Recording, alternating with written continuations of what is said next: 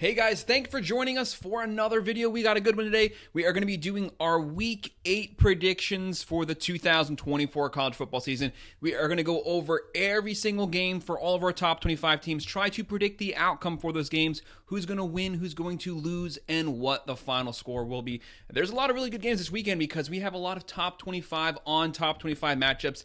Teams are starting to get deeper into conference play, so the games are becoming a lot more meaningful. Make sure to hit that like button. Make sure to subscribe. If you have any comments about these games or anything else, drop them below and I will make sure to respond. Every week we go over every single college football game, and we also do the same thing for every NFL game as well.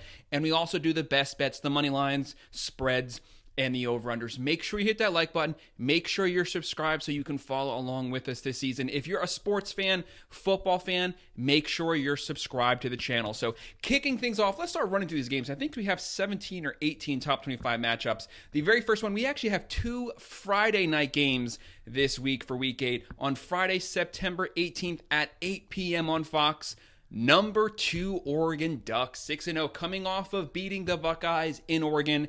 They'll be on the road versus Purdue, who is 1-5. Right now, the Ducks are heavy favorites, 95% chance to win this game. They are 27.5 point spreads. That is a massive spread for an in-conference game, and the over-under here is 58.5. When you look at the Ducks, they're coming off of that physical, emotional win versus the Buckeyes Saturday night. They have a short week. They're on the road Friday night, have to travel halfway across the country to play Purdue. So there's going to be a lot of pressure on Dan Lanning. They should easily win this game, but how much will he have his team focused coming off of that win versus the Buckeyes? That's the massive question here. Can he keep their eyes on the prize? Right now, they're in the driver's seat for the Big Ten. They beat the Buckeyes once, but there's a really good chance you're going to have to play them again in the Big Ten Championship. It's hard to beat a really good team twice, but you don't want to let up. You don't want to start playing garbage versus these lower-ranked teams, because this is probably the worst team in the Big Ten is probably Purdue. When you look at the team stats here, you have the Ducks. They average 34.7 per game. They throw for 311.2. They run for 162.8. A solid defense, a top 25 defense, only giving up 19.3 points a game. And Purdue, they're averaging 23.7. They're throwing for 204. They're running for 156. And their defense is giving up 39 points per game. That is awful. That's one of the worst in the country. There's going to be a lot of opportunities for Oregon to continue to sharpen the offense. They had a slow start this season, but they showed last weekend they can score on anyone. They were able to move the ball consistently versus the number 1 defense in the country. They have Dylan Gabriel closing in on 1,800 yards. He's lighting things up. They have James on the ground. They have Johnson. They have Stewart. I have Oregon winning this one, 42-16. There's no reason to play the starters fourth quarter. Get them pulled out. Big Ten play is coming up. The next Friday night game we're going to be looking at 10:15 is a late one on ESPN. The 3-3 Oklahoma State coming off the bye. They should be rested. They definitely need it because they've been playing pretty bad the last few games. They'll be playing number 13 BYU, undefeated 6-0, one of the top teams in the Big 12. They're playing in the mountains here. It's hard to beat BYU at BYU. Right now, BYU has a 63.1% chance to win this game. They are 9-point favorites. The over-under here is 55.5. For Oklahoma State, for Mike Gundy's team, they were Big 12 favorites for a lot of people preseason. They've completely fallen apart. They're averaging 30.2 points a game. They're throwing for 302. They're running for 91.2, and their defense is giving up 27.2. But look what they give up to the air: 272.5 passing yards per game, 235 rushing yards per game. That is awful. They're giving up on average 500 yards per game, and they're not even deep into Big 12 play. That is not a good sign. They have to get the defense under control. They have to get the run game going. This was a team that had the Doak Award winner, Ollie Gordon, on the team.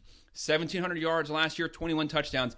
He's been a non-factor the whole season. They're not getting any push on the line. They've become a pass-happy team. Teams are perfectly fine to let Bowman have to beat them vertically deep. They just want to shut down the running game, and it's worked. They're only averaging 91.2 rushing yards. They have Bowman. They have Gordon. They have Sterling. They don't have bad weapons, but this team has gotten off the rails. They can't afford to drop to 3-4. For BYU, they're in the driver's seat in the Big 12, them and Iowa State. They just have to continue winning these games. This is one of those games with the Cowboys coming off the bye week that could potentially be an upset game for BYU. Right now, BYU, one of the most rounded teams in the Big 12. They're averaging 34.3. They're throwing for 254.2, running for 140.2, and a solid defense, a top 15 defense, only giving up 16.3 points a game. It's going to be in the mountains. They have Retzlaff. He's going off, throwing the ball, running the ball. They have Roberts at the wide receiver position. I have BYU winning this one in a closer one, 28-27. It's going to be close, but they pull it out in the fourth quarter when it matters most. We're now moving on to our Saturday slate of games, and the very first one's going to be an under-the-radar good one on ABC at 12 p.m. Number 6, Miami 6-0, coming off the bye week. They'll be playing Louisville 4-2, also coming off the bye week. Miami right now has a 55.3% chance to win this game. They are 4-point favorites. The over-under here is 60.5. This is going to be a close game. This is two really good teams. Louisville has been ranked up to last week when they finally dropped that one to SMU, and they're no longer a top 25 team, but they are a top 25 caliber team easily. Both of these teams can score. Both of these teams play really sound defense. But we know who Miami has. They have Cameron Ward closing in on 2,300 yards, 20 touchdowns, 5 picks. He leads the nation in touchdowns. They have a top 10 offense. They're averaging 47.7 points a game, throwing for 410.7, running for 183.8. This team is averaging just shy of 600 yards per game. They can throw it. They can run it. They have a top 10 offensive line, and they have a top 10 defensive line, and they're top 10 in sacks nationally. They're only giving up 18.8 points a game, 213.7 through the air, 89.7 on the ground. They're still one of the best rush defense teams in the nation. For Louisville, though, Shaw is having a great season at the quarterback position, closing in on 1,700 yards himself, 14 touchdowns, 3 picks. Right now, they're averaging 36.2. They're passing for 303.5. They're running for 170.5. And they also have a top 25 defense, only giving up 19.7 points a game.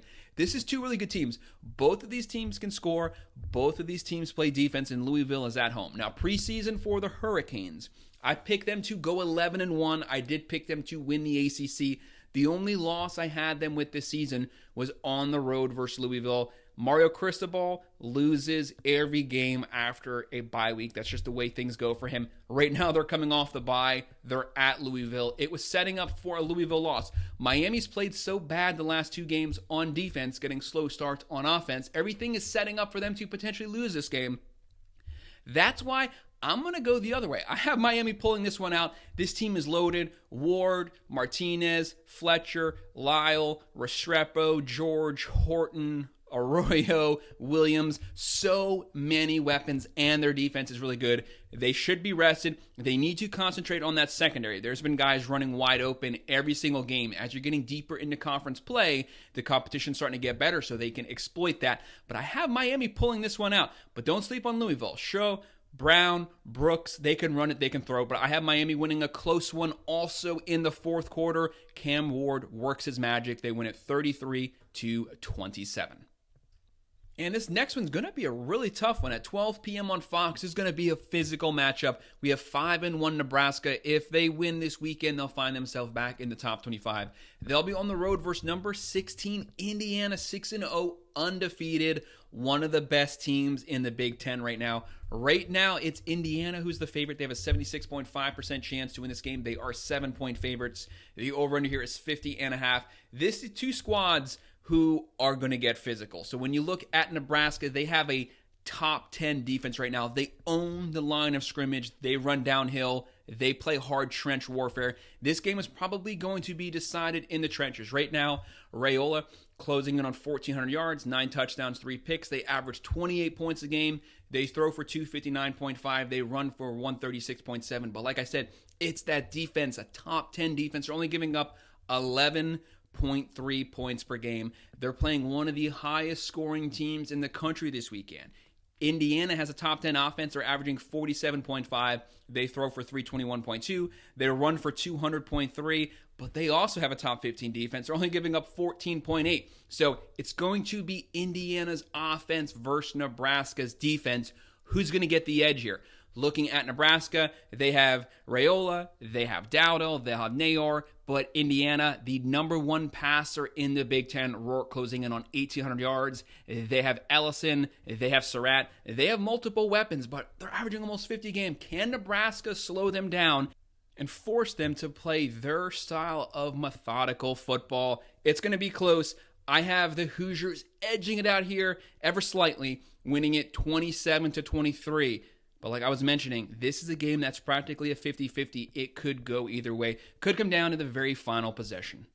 Our next matchup is another ACC on ACC matchup on the ACC network at 12 p.m. 4-2 Virginia on the road versus number 10 Clemson, 5-1. Clemson coming off the bye, fully rested. Right now, Clemson has an 89.1% chance to win this game. 21.5 point favorites. That's a massive spread for our conference game. The over-under here is 57.5. So Virginia, this is the best Virginia's looked in a couple seasons. They are actually having a pretty good squad. They can throw it. They can run it with Caldrea. Right now, they're averaging 27.5 per game. They're throwing for 271.2. They're running for 174.8. And their defense is only giving up 22 points per game. Solid play from the Cavaliers. They have Brown. They have Fields. They have multiple ways that they can beat you. But Clemson is one of the hottest teams in the nation this year. Since they got curb stomped by the Bulldogs, they've been a completely different team since then. Klubnik right now, he's closing in on 1,600 yards. He has 17 touchdowns and only 2 picks, and he's also mobile running the ball. Right now, their offense is averaging 41 points a game. They're throwing for 287.7. They're running for 200.8, and they have a top 10 defense statistically talent-wise, only giving up 21.7 points a game, getting better every single week. That number continues to climb down. Props to Dabo Swinney. He got a lot of heat on him after the Bulldogs game. They look so much better year 2 under Riley. It's made the difference. Klubnik, Maffa, Williams. This team is lighting it up on offense. That's what Dabo wanted when he hired Riley. I have Clemson winning this one 38-17. This next one, I could see it being a lower scoring game. It's SEC on SEC, 12 p.m., ESPN, 2-4 Auburn. Hugh Freeze, you got to get a win here. You cannot afford to drop to 2-5. This was the year when the Tigers were supposed to take massive steps forward. They'll be playing number 19 Missouri, 5-1, coming off of beating the garbage out of UMass at UMass. Right now, Missouri has a 67.9% chance to win this game. 5.5 point favorites. The over-under here is 51.5. Looking at Auburn, they're averaging 30 per game, throwing for 293.8, running for 165.5. They have a solid defense, just like they had last season. They're averaging 20.8. But the issue is still the same as last season. It's the quarterback. It's getting first downs. Peyton Thorne did not play well last year. He's not necessarily playing well this season. They have to figure out something. So Thorne hasn't played every snap this season, but you have no answer at quarterback no matter who you put back there. You got to get something. You have to be able to develop some type of play to give the defense a break. Thorne, Hunter, Lambert Smith, they have playmakers. This is not a destitute roster. They actually have a really good roster, but you're getting deep into SEC play now. You don't want to drop to 2-5 because you might finish this season 4-8, 5-7. That's not good enough for year 2. You were supposed to win 7-8 games at least this season. Looking at Missouri, they needed a rebound win badly. They got the crap kicked out of them by the Aggies. They beat up the UMass Minutemen, but it's UMass. They won, 4 games in the last 3 years, so we all knew that was going to happen. Right now, they have Cook closing in on 1,400 yards, 7 touchdowns, 1 pick. They have Noel, they have Weiss Jr., Burden, very talented team, top 30 offense, top 30 defense. Right now, they're averaging 33.5. Throwing for 255.3, running for 187.5. Very balanced. Defense only giving up 15.3 points per game. That's where the issue is going to be for Auburn. They're playing a really tough physical defense here, and their offense is currently struggling. Will they be able to develop enough first downs, get yards to keep their defense off the field? I have Missouri winning this one 27-20. This next one is one of our service academies. Welcome to the Top 25 Army on ESPN2 at 12 p.m. 3-3 East Carolina versus 6-0 undefeated number 23 Army. Right now, Army pretty heavy favorites here. 86.9% chance to win this game. 17-point favorites. Over-under is 51.5. When you look at East Carolina, they're not a bad team. You know, they don't have a great offense, but they don't have a bad defense. They're kind of just below average. And they have Garcia, Harris, Sal. They're averaging 26.5, throwing for 274, so they can get the ball vertical. They don't have a bad rush offense. They're averaging 125.2, and their defense is solid. You know, it is giving up 24.7. But Army is looking really good this year. The number one rush offense in the nation, and their defense has yet to give up more than 14 points. This is an elite team right now. They're averaging 39.7, throwing for 92.8, but we know they run the triple option. They keep the ball on the ground. They suck up clock. It's going to be hard for Carolina to score because they're not going to have very many possessions, because Army's going to have 8 to 10 minutes every single possession just running down the clock. They're running for 369.8 yards per game, and their defense is only giving up 9.8 points. Like I said, they have yet to give up 14 points. Army's going to control this game on the ground in the trenches. They win it 38-18. This next matchup is one of the best matchups of the weekend on ABC at 3:30 p.m. Number 7 Alabama Crimson Tide, 5-1, coming off of that extremely close, uncomfortable win versus the Gamecocks. They'll be on the road here versus number 11 Tennessee Volunteers, 5-1. This game's a 50-50 one. Right now, Bama's the favorite. 53.8% chance to win this game. They are 2.5-point favorites. The over-under here is 50.5. This is the most comfortable game for me to say is practically a 50-50 split. I would not be surprised who wins this game. Both are more than capable of winning this game, and both are not playing their best football right now. So both come into this game limping. They're both 5-1. They're both coming off of wins, but they're both not necessarily playing well right now. When you look at these squads, you have Bama just barely beat the Gamecocks in Tuscaloosa. You have Tennessee just barely beat Florida at Tennessee. Not very good convincing wins. Right now, Bama, they do have Jalen Milroe. He's closing in on 1,500 yards, 12 touchdowns, 4 picks. He's had some bad picks the last 2 games. Obviously, they got the crap kicked out of them by Vandy. Barely beat South Carolina. The most alarming thing is they have not been able to control the line of scrimmage on either side of the ball. At some point, you got to right that ship, but you're going to be playing a top 10 defense this weekend, and it's really going to be hard to exert your dominance at the line versus Tennessee. But like I said, they're averaging 41.7. They're throwing for 279.7. They're running for 179.2, and their defense is giving up 20.8. That's probably the most points per game Bama has given up in over a decade now. It's not a bad number for the average team, but ESPN has this as the number 1 overall roster. They got to figure out something, but at least they can score. They have Milroe, Miller, Williams is lighting things up as a freshman, closing up on 600 yards. Tennessee had the number 1 offense, especially through the first 4 games. Not so much the last couple weeks. In the last 3 games, they haven't scored more than 25 points. That's a red flag right there. 1 week, that's fine. 3 straight weeks, and you were the number 1 offense previously. Josh Heupel has to figure out something, but he is one of the best offensive minds in all of college football. They have Nico. Nico hasn't adapted well to the pressure he's been getting the last 3 weeks. They have to dial up something because he hasn't looked comfortable for 3 straight games. He's not playing bad, but he's definitely not playing to the level that he played the first couple of games. But obviously the competition is starting to get stiffer. This is going to be their stiffest test yet. But they have Nico. They have Sampson closing in on 700 yards. They have Thornton Jr., Squirrel Wright. They average 42.2. They throw for 247.2. They run for 246.2. Probably the most balanced, well-rounded offense in the country. And their defense is only giving up 10.7 points a game. And they're top 10 in pressures, top 10 in sacks right now. But look at this. 79.7 rush yards given up per game. It's going to be hard for Bama to run on Tennessee. They get a lot of pressure, but when you get pressure, that opens up the back end because you're blitzing guys, you're concentrating on the line. That's where Ryan Williams might get one of those 50-yard bombs this weekend. This game could go either way. I would not be surprised if Tennessee pulls this game off. It is at Tennessee. They're due to have an offensive blowout right now, but I'm going to go with Bama winning a close one, winning this one 30-28. If Tennessee won it 30-28, I would not be surprised. This is a flip-flop game, flip a quarter, that's who's going to win it. But don't forget that whoever loses this game, that's your second conference loss. That could potentially place you out of the running now for the SEC championship. So there's a lot that hinges on this game for both teams.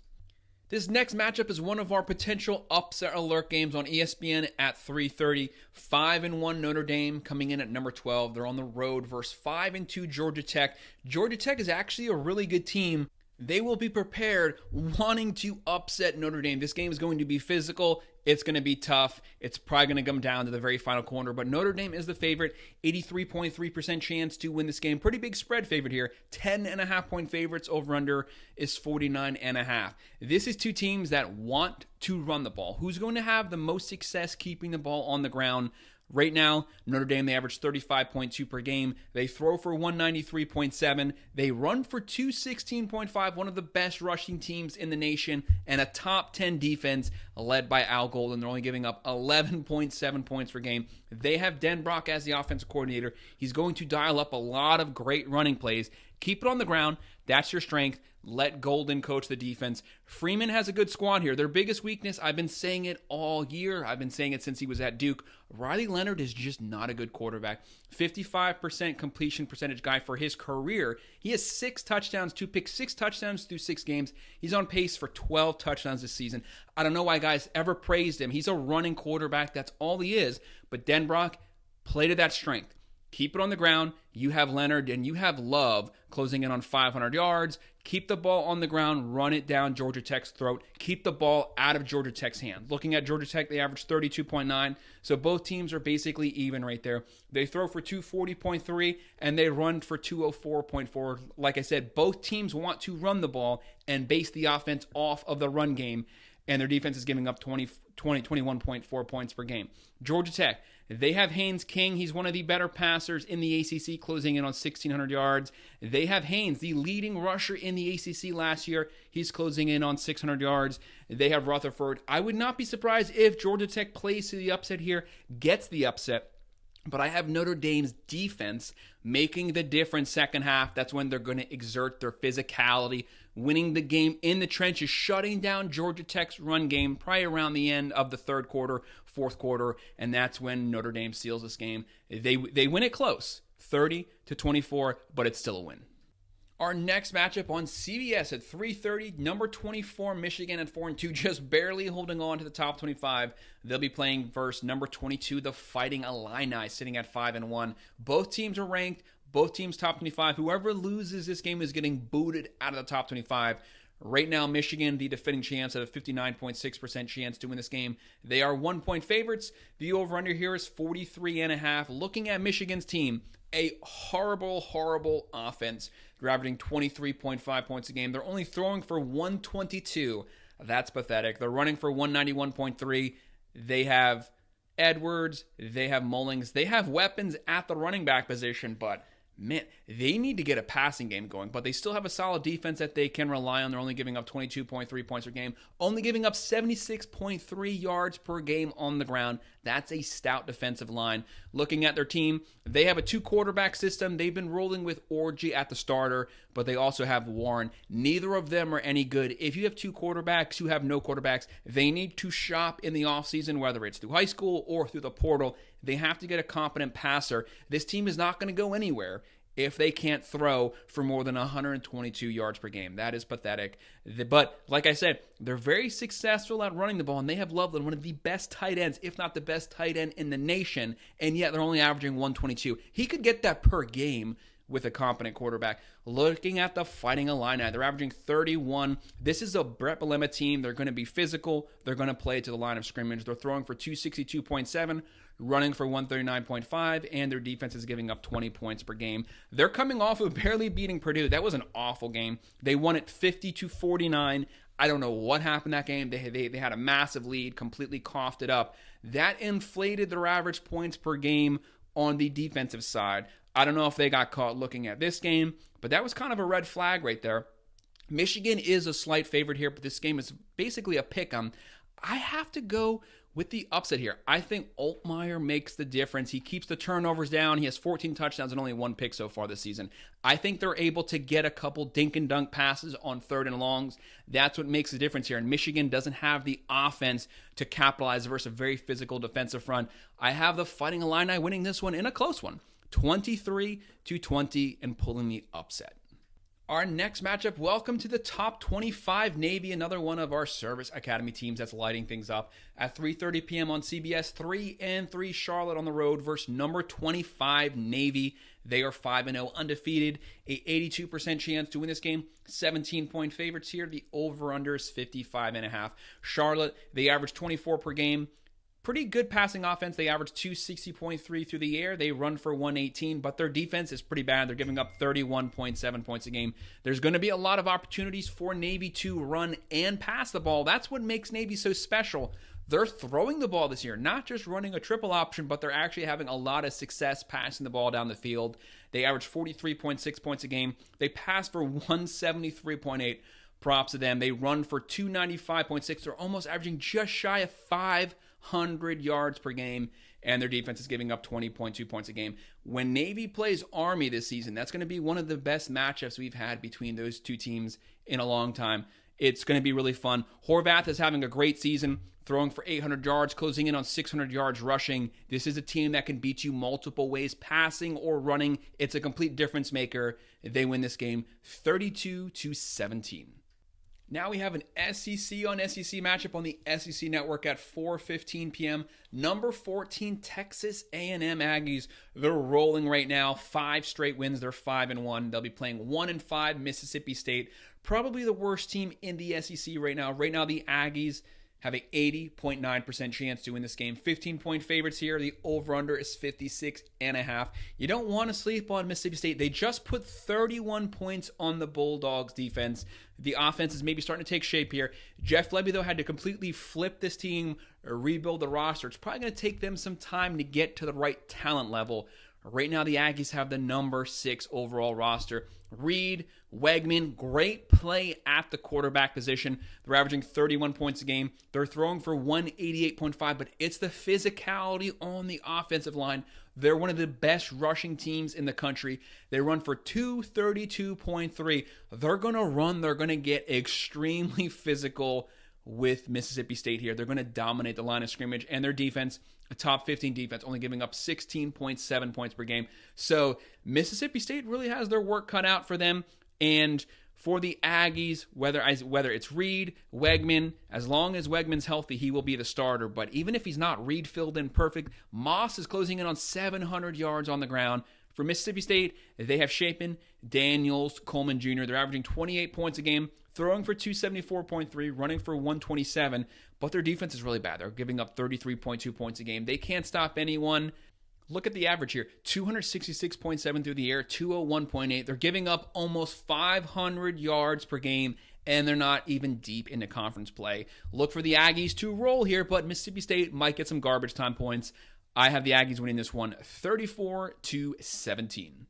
This next matchup is going to be a fun one, and it's one of our upset alert games on ESPN at 7 p.m. Number 8 LSU rising up high through that top 25.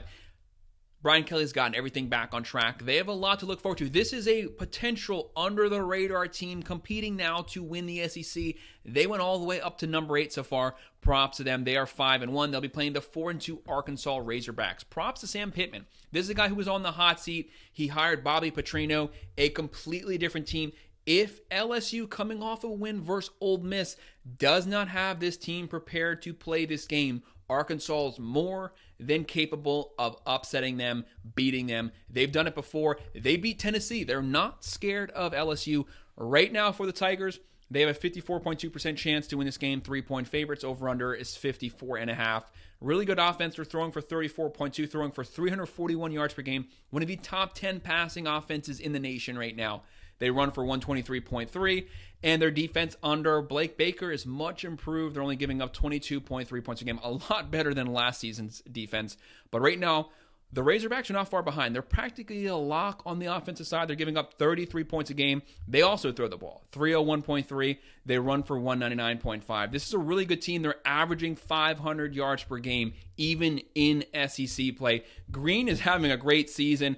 but he has a lot of turnovers. They have Jackson closing in on 600 yards. They have Armstrong, but LSU, Nussmeier's closing in on 2,000 passing yards. Durham, Lacey, multiple weapons there. And the Razorbacks defense only giving up 19.2 points per game. This is going to be a fun game. This is going to be a trench game, but it's going to be decided vertically through the air and turnovers. Nussmeier, Green, who has the most turnovers this game? That's what's going to swing it. I have Green probably having a second half, maybe a fourth quarter interception. That's what makes the difference here. Tigers pull it out in a close one, 34-28, but it's going to be a fun game.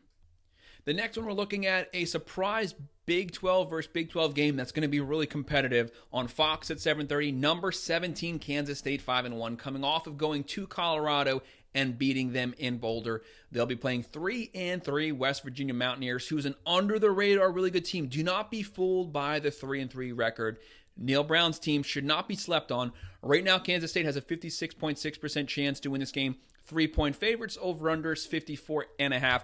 This is the type of game that Kansas State loses. They're on the road again versus a very competitive team. Had that fourth quarter win versus Colorado this past weekend. Can they keep that momentum going, or are they kind of wore out by this point? They need a bye week pretty bad. Right now, they average 31.3. They throw for 200, one of the better rushing teams in the country. They're physical. They run for 241 yards per game, and their defense is solid, giving up 21 points per game. But it's their secondary, 295.7 yards given up per game passing. That is awful. It's one of the worst in the country. Thankfully for them, West Virginia is not known for their passing offense. They love to run the ball. But that is pathetic. You got to get the tackling down. Guys are always wide open in that secondary. But thankfully for them, they have a really good rush defense, only giving up 71.7 yards on the ground. West Virginia loves to run the ball. So that's strength on strength. Who's going to win the matchup? Looking at Kansas State, they have Avery Johnson, the highest recruited player ever in Kansas State history. He's closing in on 1,200 yards. He has 11 touchdowns, 5 picks.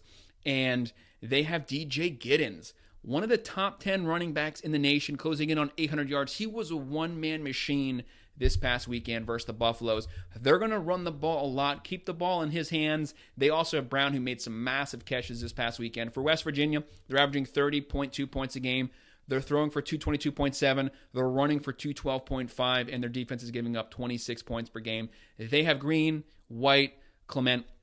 This is a West Virginia team that could easily upset Kansas State. This game's at night. It's in West Virginia. Kansas State's been on the road a lot. They could come in here not fully motivated, lose this game, but Kansas State, one of the picks to win the Big 12, continue that momentum. I have them winning a close one, 28-24, but this game's going to be really close. Look out for the Mountaineers here. Now, the game of the weekend on ABC at 7:30. This is going to be an awesome game. Number 5, Georgia Bulldogs, 5-1. Can Texas deliver them their second SEC loss and potentially knock them out of the running for the SEC championship? They'll be on the road in Austin versus number 1 Texas Longhorns, undefeated 6-0. Texas is 76.2% chance to win this game. 3.5-point favorites here. The over-under is 54.5. This is going to be an extremely physical game. This is going to be one of the best games of the season, coming off of that number 2 versus number 3 game that we had last weekend. What a perfect follow-up. Georgia, Texas, a new SEC rivalry matchup. We know the Georgia Bulldogs, the number 2 overall roster according to ESPN. They have Carson Beck. He's closing in on 1,900 yards, 15 touchdowns, and 5 picks. To me, they're throwing the ball way too much. It's very un-Georgia-like, and that's what's been holding them back. They're averaging 33.5 points per game. That's not elite by any means. Throwing for 326.2. They're only running for 134. That's fine for a normal team, but Georgia's always been built on the offensive line running the ball. They've gotten away from that this season, and that's what's led to them having some close wins and that loss to Alabama. Still great defensive play. They're only giving up 17.2, but the past Georgia teams were always giving up sub 10. They got to get the defense right. They gave up 31 to Mississippi State last weekend. That's not good. That's not a good team. For the Texas Longhorns, they have a top 10 offense. They have a top 10 defense. The number 4 overall roster, according to ESPN, they're averaging 43.2, and that's without Quinn Ewers for 3 games. That was with Manning, the backup, and they're still top 10. They're throwing for 311.3, running for 189, and a top 10 defense, a top 5 defense, only giving up 6.3 points per game. They are going to test Georgia. They're going to get after it. They're going to pressure Carson Beck, try to force him into some turnovers, and they're only giving up 104 on the ground. Georgia's not good running the ball, so they're going to have to try to beat Texas vertically through the air. That much passing could potentially lead to some picks. Right now, Georgia has Carson Beck. They have Etienne Smith. They need to develop a better running game. Texas is loaded. Quinn Ewers, Manning, they have Wisner, they have Bond. Bond is making some massive catches. This team is so deep, they don't even need to score that many points because their defense is playing elite right now. They have 2 top 25 wins to their record. Georgia, they don't have any, so we definitely see the difference there. Georgia versus Texas, one of the funnest matchups of the season. Preseason, I picked Texas to win. I have Texas winning this game right now. I don't personally have it being close. I have Texas winning it 34-23. That's a 9-point win, but I think Georgia gets a fourth quarter touchdown. That makes it look closer, but I think Texas is going to exert their dominance this weekend and show they are the number 1 team. The next matchup, another Big 12 matchup versus the front runner in the Big 12 on Fox Sports at 7:30.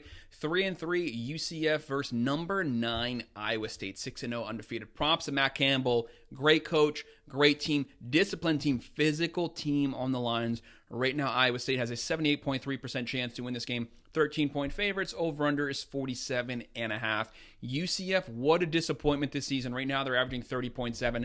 They throw for 223.8. They run for 268. One of the better rushing teams, and their defense is giving up 23.7. But what a letdown this season. They were supposed to potentially be a surprise Big 12 contender. That has not been the case.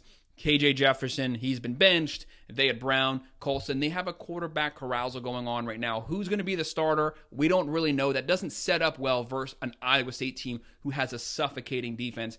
They do have R.J. Harvey. He's a top 10 running back closing in on 700 yards, but he's not going to win this game because Iowa State shuts the run down. They're going to stack that line. UCF is going to have to beat you vertically. Looking at Iowa State, they average 30.7. They throw for 254. They run for 174.3. Their defense, top 10, only giving up 11 points per game. That's a really tough game for UCF to rebound here. Iowa State's going to dominate the line of scrimmage. Beck having a great season at the quarterback position, closing in on 1,500 yards and 10 touchdowns and only 3 picks. I have Iowa State winning this one 27-17. And our final game, we're looking at an ACC matchup. 2 new teams to the ACC at 8 p.m. Number 21, SMU, 5-1. Welcome to the top 25. I said they should have been ranked top 25 to start the year. They'll be playing 2-4 Stanford. SMU has to travel all the way to Stanford, but they do have an 86.2% chance to win this game. 14.5-point favorites. Over under here is 54.5. SMU is a really good team. They could potentially be competing for an ACC championship here. They're averaging 40.8, throwing for 233.5, running for 203, defense only giving up 22.3. Stanford's having a lot of issues moving the ball, and they have a lot of turnovers. Daniels throws a touchdown, then throws 2 picks. Right now they're averaging 20.3. They throw for 186.8. They run for 149.7, but their defense is atrocious, giving up 30.8. There's going to be a lot of opportunities for SMU to score here, but they might be wore out due to the road game. Right now, they obviously bench Stone. Jennings has filled in perfectly, throwing the ball, running the ball. Brashard Smith, who is the transfer from Miami, he's closing in on 600 yards rushing. They can throw it. They can run it. I have them dominating this game and cruising on the road, getting through their West Coast road trip, winning this one 37-20. So that's our predictions for all of our Week 8 top 25 matchups. Make sure you hit that like button. Make sure you subscribe. If you have any comments on these games or anything else, drop it below and I will respond. Thank you.